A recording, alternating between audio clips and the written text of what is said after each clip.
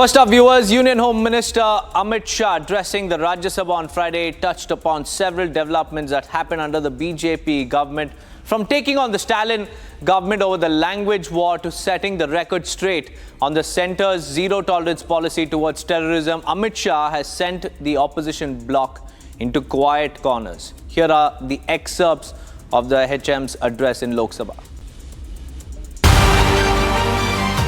Union Home Minister Amit Shah addressed the Rajya Sabha on Friday. In a fiery takedown of the left-wing extremism and those who compromise to put India's security and integrity on the line, Amit Shah was unsparing.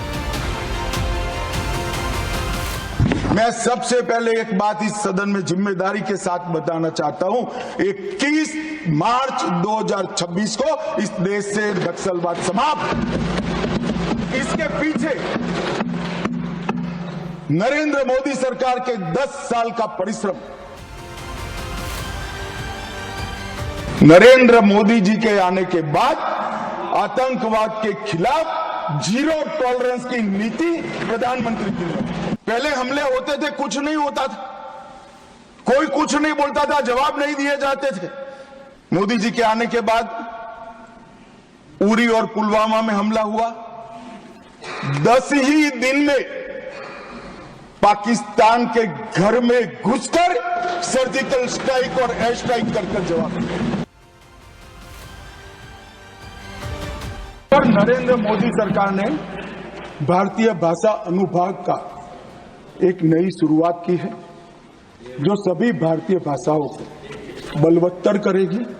और मैं फिर से एक बार बार मैंने कहा है, हिंदी की कोई भारतीय भाषा से स्पर्धा नहीं है। हिंदी सभी भारतीय भाषाओं की सखी है। हिंदी से ही सभी भारतीय भाषाएं मजबूत होती है और सभी भारतीय भाषाओं से ही हिंदी मजबूत होती है।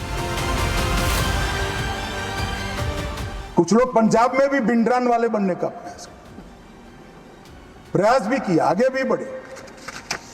सरकार हमारी नहीं थी, फिर भी यही गृह मंत्रालय ने दृढ़ निश्चय कर आज वो असम की जेल में आराम से गुरु ग्रंथ साहिब का पाठ।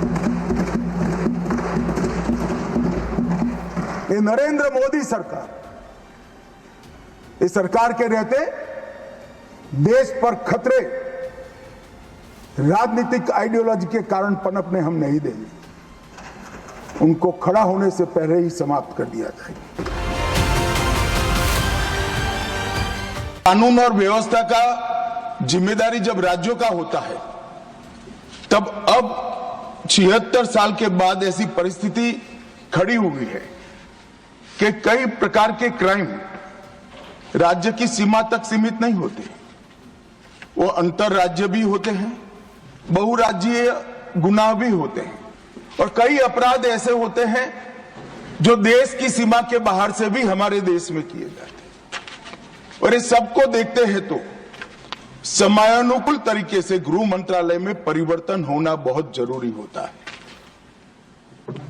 और मैं बहुत गर्व के साथ कहता हूं कि 10 साल में नरेंद्र मोदी जी ने कई सालों के परिवर्तन जो नहीं किया गया था, उसको एक साथ कर राष्ट्रीय सुरक्षा को सुनिश्चित करने का काम